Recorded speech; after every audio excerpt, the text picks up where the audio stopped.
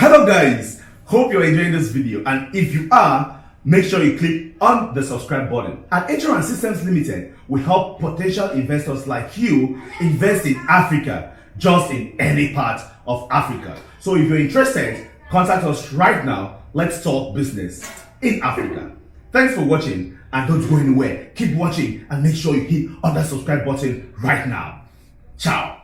Is China taking over the world?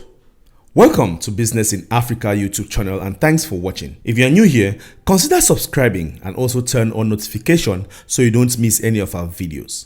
Since World War II, only 3 world powers have been ever referred to as superpowers: the Soviet Union, the British Empire, and the United States. The first 2 have since lost the distinction, leaving America as the world's only true superpower. According to most history experts, there are no hard and fast rules as to what makes a state a superpower, but there are some defining characteristics that most pundits agree are necessary to earn the title. Being a global leader in economics, culture, and education, along with a strong military presence, are all hallmarks of a superpower. Japan was believed to have been the next superpower in the 1980s, but that prediction never came to fruition. China is now generally seen as the next candidate for the superpower distinction, with some actually asserting that China has aims to take over the world. Language like that can make China's intentions seem sinister. And even though some politicians and economists may believe the country is plotting for world domination, what's more likely afoot is that China is in a two-way fight with the United States for the most foreign interest. These interests serve a purpose, but what they all add up to is control for foreign resources and commodities, as well as in a militaristic sense. The old adage, whoever dies with the most toys wins, is a joke, but the idea could apply to the battle being waged between the United States of America and China. In this case, it's not toys, but military bases, trade partners, and rights to natural resources in foreign countries. In other words, which country gains or retains the title of superpower. China has a problem. Its population does not match its resources and gross domestic product. China's more than 1.3 billion people don't have the resources to adequately care for themselves. This has led China to begin exporting its people in a sense by setting up shops in other parts of the world. Look no further than Africa, where China has rapidly developed its presence during the last decade. In countries like Nigeria and Angola, amongst others, during that time, more than 750,000 Chinese have moved to Africa. Some experts contend that the plan is to increase this number to the hundreds of millions, helping to put a dent into China's natural resource problem by tapping into Africa's resources while thinning the herd in the home country. Air and sea routes are increasingly between China and African nations as massive deals are made for commodities, trade, labor, and military cooperation. Chinese private schools, embassies, and cultural centers are popping up in places like Rwanda, Nairobi, and Angola. Angola even has its own Chinatown district. In return, countries in Africa get a willing trade partner and assistance and weaponry for its military factions. Africa also receives the supposed benefits of jobs and infrastructure building. While trade has increased from 5 million yuan to 6 billion in the last 10 years, many contend that Africa is getting the short end of the stick, importing cheap Chinese toys and goods while exporting valuable commodities like oil and timber.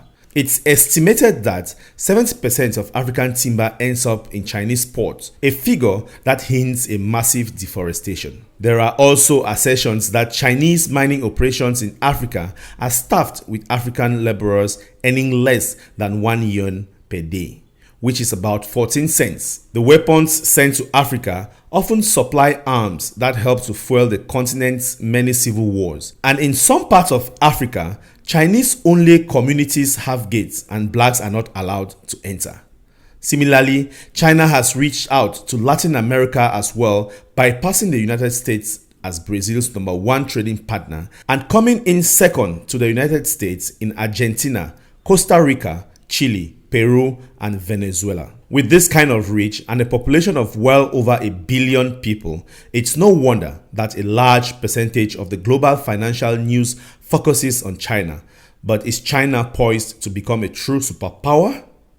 Experts point out that while China has gained serious grounds in places like Africa and Latin America, it still can't touch the United States in terms of foreign interest. China has officially overtaken Japan as the world's second largest economy, but its economy is still only half the size of the United States. The fact that many Chinese goods are low end is another reason why people think China is destined to remain a great power and not ascend to the ranks of superpower. America's educational and cultural influences also outpace China. The United States' entertainment industries are emulated. Its sports are most popular globally, and its educational system is the most emulated around the world. Despite its efforts to implement the Chinese way of life in Africa and Latin America, there are still cultural barriers. Even in Africa, where China has made the most strides, the United States leads the trade war by 5%. Even though Africa makes up just 2% of the United States' global trade, China is also a distant third place in Africa in terms of oil exports, behind Europe and the United States. There is also evidence Africa may not be totally pleased with its relationship with China.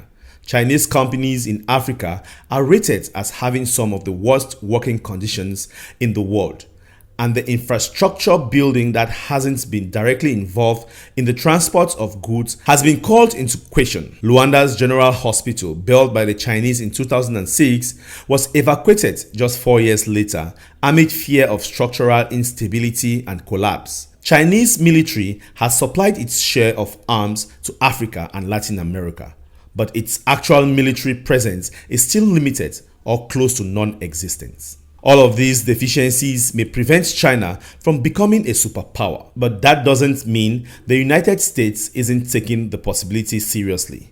The United States has sought to bolster ties to countries that have done business with China and has even moved into China's backyard by seeking to strengthen trade in Southeast Asian countries like Vietnam, Laos, Cambodia, and even Indonesia. Most economists think that while the United States may have a watchful eye on China and its global strategy, that it's in the best interest of the United States for China to remain a strong, viable economy.